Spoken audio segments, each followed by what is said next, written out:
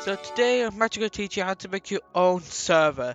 So in order to make one, you actually need is a spare PC, and we're going to actually start off with Windows instead of actually going to Linux. And from there we're actually going to tell you what you can actually do with that PC. So first of all, I would recommend downloading Tiny 11 and installing it on your PC. This will actually decrease the actual size of it and remove all the bloat and clutter from the Windows installation. Basically, I would actually really recommend this so that you actually get extra performance from your server. And then after you install Tiny 11, I also recommend you to install this. So let's actually teach you how to install this. So first I actually recommend you to install Rufus. Basically you want to make a bootable USB drive via the actual ISO file that you actually make. So after you actually installed Rufus, you have to actually just run it, and after this you have multiple things. So you have the actual Tiny 11, this, and then right you have disk or ISO. Basically you have just don't do anything and just do this. Select the Tiny 11 ISO, and then right it will actually scan it, and then it will go to GPT or MBR. And then you have to actually go to disk management, and then from there you have to actually go towards the actual drive. So basically select this, right click this, and then go to properties, and then go to actual volume.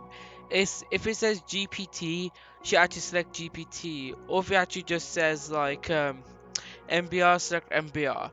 Yeah, just ignore the target system, and basically rename the volume to Tiny 11 20H2. Just keep it as the same name and keep everything else the same, and then click on start, and then you'll go over to here where basically, I would recommend remove the requirement of 4 GB of RAM, secure boot and TPM 2.0. It'll be a requirement for online username. Then change the account with the username to whatever the hell you want and select that if you want. You could disable data collection, and you can change the regional option to save value as the computer that you're actually doing it on. So I would actually recommend you to do that. After you've done that, I click on ready, start, whatever, and then this will actually just start to copy the ISO files over to the USB drive. So, and then right after you installed it, then basically eject the USB drive and then actually eject it into the computer they actually want to do it on. And then there's actually hotkeys for this, and basically go through all the common keys that you actually see here. So for example, escape, F2, F9, F8, basically all these keys, F1, like basically it will go through all of them and see which one is your BIOS key. Then from there go towards boot drive. Then from boot drive click on the actual USB drive they actually selected. For example, mine is actually the Kingston, so I actually select the Kingston. And then right it will actually run the installation for that OS, and then from there it would just take a really long while just to install it, but this will actually make sure that it will actually remove all the bloat and all the extra things so that the computer is refreshed up. But the most important thing is just to dust out your PC. Make sure you actually done that so you can get some extra performance. But of course after that you have to run this again, so just run it right after you just done the actual Windows Tiny 11. So if we basically just install Windows 11, just install this, and it will just remove all the debloat, kind of like Tiny 11. But if you want to do it like really well, I recommend both Tiny 11 and Windows debloater. In order to set up the most basic of service, aka like a data server, all you need to do is go to network and internet, then network and sharing, and then you actually want to go to advanced sharing, and you want to make sure that for private networks it's enabled instead of public networks, since it actually won't work on public networks or all networks. And make sure that network disability is enabled. Make sure it's set up network connected devices automatically and file printer sharing. And also make sure that it's both connected on the same network. It doesn't really matter if it's Ethernet or Wi-Fi. Just make sure that they're both set up on the same Wi-Fi or network, and it will actually 100% work. So you have done all of that on both sides. So what else you want to do? You want to install qBittorrent on the actual server. qBittorrent is basically a way in order to install torrent files via peer-to-peer sharing. And basically, this makes so like that if you have really trash internet, you can actually just install any file via a torrent file.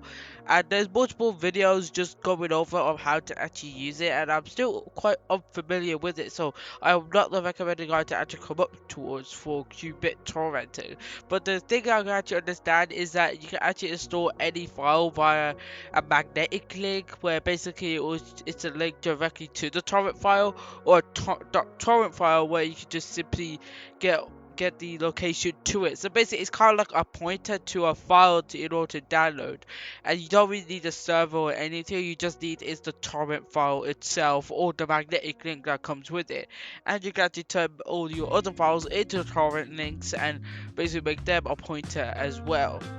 So, how do you actually in fact set up a server? It's actually quite simple really. All you have to do is go towards network and then select the actual server. For example, mine is server.jar. And you may actually know, and this is your first time actually setting this up, it actually might require a username and password. So the username is basically just the username you set the computer as, and boom, it's actually done. And therefore you can plug that into your server and install Tiny11. Basically, it will actually require username and password. Username is the name that you gave it for the computer. For example, mine is Retro, so I named it, put Retro in, and after that I'll put the password as the password you set for the computer, and then you have easy access to both folders. But in order to make these folders easy to access, you have to actually go over to the folder that you actually want to share. For example, I am actually going to make myself a new folder, and I am just going to name it whatever the hell this is. And in order to make one, you have to go to properties. You have all of this, and you want to go give access specific people, and then you actually want to select everyone, add, and then you can make the read or read and write. But we're making a data server here, so we're going to make it read and write.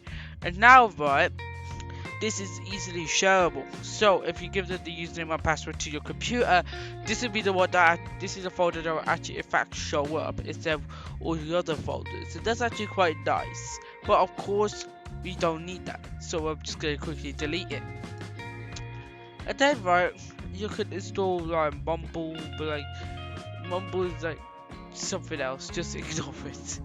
So yeah, that's actually how you can just set up your simple file sharing server, and a server where you can actually just do all of this, and it's actually quite useful to people who don't want to pay for Google Drive or do anything else. And that is super simple, to the point that anyone, even a boomer, could potentially do it without having anesthesia and dying. So yeah, that's the video. So, this is kind of like post editing. So basically, I forgot to actually clear up a couple things. So you may go how do you actually make it network locations on the phone? So you want to actually add a network location, go through the wizard, and then select the actual file. For example, this will actually take a while.